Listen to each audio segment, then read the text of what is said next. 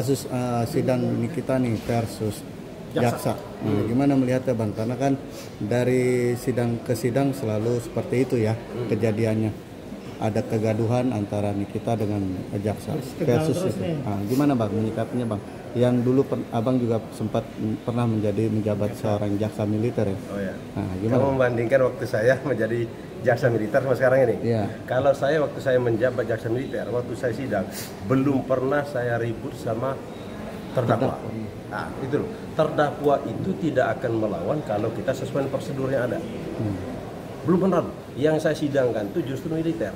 Militer jauh lebih keras karakternya, jauh lebih ini kan, harga diri di atas segala-galanya. Tetapi saya alhamdulillah selama saya menyidangkan tentara tidak pernah ada perlawanan, tidak ada pernah kegaduhan dari TNI, dari oknum yang saya sidangkan. Nah, bagaimana ya kita sidangkan sesuai dengan prosedur yang ada. Tidak kita mencari mungkin terbawa oleh emosi, apalagi ini emosi pribadi. Nah, itu lebih parah lagi kalau terjadi adanya emosi pribadi. Seharusnya jaksa itu lebih menahan diri, mengendalikan diri. Tidak boleh kita terbawa emosi oleh terdakwa. Kalau terdakwa menurut saya wajar-wajar aja dia emosi. Karena apa? Satu, dia dibawa tekanan. Yang kedua, apalagi waktu persidangan ini dianggap ini anggapan ini kan subjektif penilaian dari dia. Ini ketidakadilan. Apalagi menurut informasi kan jaksa sering memotong pembicaraan. Nah, itu lebih parah lagi. Dan dia akan terbawa emosi. Itu loh, seharusnya jaksa bisa mengendalikan diri. Oke, artinya jaksa posisinya sebagai apa? Mungkin dia bekerja untuk korban atau untuk keadilan atau untuk kepentingan umum, Mayor? Sebenarnya gini loh, jaksa ini adalah mewakili negara. Bukan mewakili pribadi dia, mewakili negara. Dia wakil negara loh. Ini si jaksa itu. Nah, seharusnya dia mencari kebenaran. Gitu loh. Maka saya ulang tadi, jangan terbawa oleh emosinya terdakwa. Gitu loh. Kalau dia terbawa ya kita rugi, sebagai penuntut umum rugi. Itu loh. Sebenarnya ada kode etiknya nggak sih dalam kejaksaan sendiri? Artinya ketika perilaku yang tidak pantas dilihat oleh mungkin orang-orang itu seperti apa, ada nggak sih etikanya, kode etiknya? Ada, kode etik kejaksaan pasti ada. Pasti ada kode etik kejaksaan, pasti ada. Saya matang pasti ada kode dari kejaksaan. Contoh saya bilang, memang gitu. Kalau dari pihak Nikita Mirzani sendiri ada keberatan terhadap yang dilakukan jaksa, mungkin memotong pembicaraan segala macam. Nah, saya sangat menyesalkan Saya sangat menyesalkan adanya pengacaranya. Pengacaranya kemana aja? Kan gitu loh maksud saya. Saya menyayangkan situ. Kalau memang dipotong, seharusnya pihak pengacaranya protes. Mohon izin yang mulia, saya keberatan terhadap ini saya pun kalau seandainya, sekarang kan jadi pengacara profesional kan, saya membela kasus Peggy Setiawan. Kalau seandainya saya bilang saya anggap dari waktu itu saya berhadapan sama pihak dari Polda Jawa Barat, pengacaranya dari Polda itu memotong pembicaraan saya protes pada hakim. Mohon izin yang mulia, saya bilang tidak boleh seperti ini. Nah, makanya saya bilang seharusnya yang mengimbangi apa yang disampaikan oleh kejaksaan itu pengacaranya yang protes. Saya tidak tahu pengacara protes atau tidak, bagaimana. Oke, Bang, ini kan berawal dari Nikita itu dipaksa untuk memakai rompi pada saat masih di ruang sidang, tapi sidang sudah selesai. Nah, Nikita melawan karena mungkin masih dalam ruangan sidang gitu. Nah, terus akhirnya terjadi gesekan, perlawanan, dan sempat juga jaksa itu merekam tapi dengan muka yang sedikit meledek gitu. Itu seperti apa melihatnya? Saya ngelihat begini ya, kalau kita pisahkan ya, kalau dia merekam saya tidak tahu ya, mungkin dia dapat dibenarkan juga, dapat dibenarkan ya, dalam arti mungkin untuk laporan jaksa kepada pimpinannya, ini dokumentasi, sah-sah aja menurut saya kalau jaksa melakukan rekaman terhadap itu. Tetapi kalau jaksa sampai dia memaksa si Nikita Mirzani untuk menggunakan rompi dengan emosi, itu tidak pas. Karena kita kelihatan kalau jaksa ini kelihatan terbawa oleh emosi. Maka saya ulangi lagi, jaksa tidak boleh terbawa emosi. Dia hanya menjalankan tugas kok. Dia mewakili negara kok dalam persidangan itu, bukan urusan pribadi kok. Tetapi kalau ada seandainya saya tidak tahu, seandainya ada pihak dari Nikita Mirzani telah menghina jaksa, kita tidak tahu. Laporkan aja penghinaannya, gitu loh. Jangan kita terbawa emosi di situ. Kita profesional, jaksanya orang hukum gitu loh, seperti itu.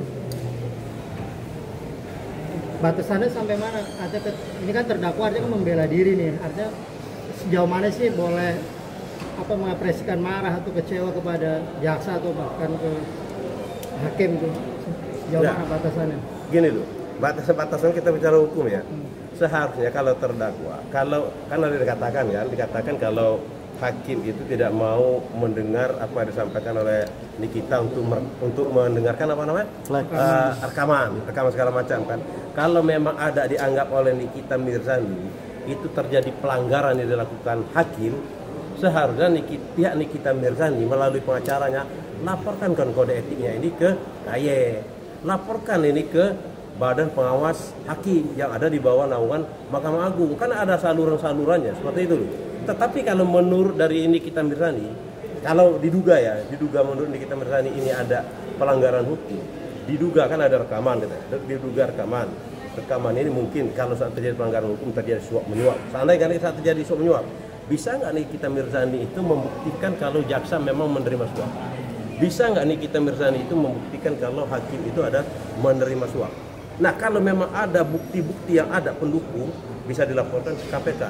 Tapi hati-hati, Nikita Mirzani hati-hati juga untuk melaporkan ini. Jangan sampai karena rekaman itu tersebut, dia melaporkan KPK tidak ada bukti pendukung yang lain, itu bisa menjadi masalah bumerang bagi Nikita Mirzani. Itu loh. Karena ada jelas bukti, mungkin ada bukti transfernya atau apanya itu loh. Mayor, Ya. terkait penghinaan dalam persidangan sendiri terhadap JPO itu akan memberatkan Nikita sendiri nggak sih nantinya? Ya saya bilang kalau dia menghina jaksa ya, ini tidak ada hubungan sama perkara ini loh. Berarti kan saya bilang kalau memang jaksa sampai memberatkan Nikita Mirzani karena dia menghina jaksa, dia beratkan Nikita Mirzani, ini kan urusan pribadi menghina. Kalau memang dia merasa Nikita Mirzani menghina jaksa, laporkan dong Nikita Mirzani, bukan di dalam memberatkan perkara ini. Kecuali aku bilang ya, kalau Nikita Mirzani dalam persidangan ini dia bertele-tele atau mempersulit, itu bisa memberatkan daripada Nikita Mirzani. Tetapi kalau dia hanya menghina jaksa, menurut saya itu kan urusan pribadi. Laporkan sama jaksa. Tidak boleh dong dia memberatkan ini. Berarti yang tadi ini yang saya sampaikan tadi harus dipisahkan antara pribadinya jaksa sama dia sebagai jaksa. Berarti bisa dibilang tidak profesional juga ya kalau mengedepankan perasaan sendiri dibanding hukum yang berlaku. Iya, saya mungkin Mbak Aziz sendiri bisa menilai. Saya bilang tadi, dia harus dipisahkan antara pribadi dia sama dia sebagai tugasnya. Kalau ini ya sangat tidak profesional. Mentang-mentang dia dihina nih, seandainya aku dihina nih, aku sebagai jaksa militer dulu, aku dihina oleh terdakwa. Oleh saya, bagaimana saya menggunakan kekuasaan saya untuk menakut-nakutin yang terdakwa, nggak benar juga, itu nggak benar, itu menurut saya nggak benar. Maka saya bilang harus profesional. Kalau seperti ini berarti tidak profesional. Nah, kalau tidak ada profesional inilah pengacaranya pengacaranya Nikita Mirzani laporkan ke komisi kejaksaan sama badan jaksa pengawas daripada kejaksaan kan ada itu.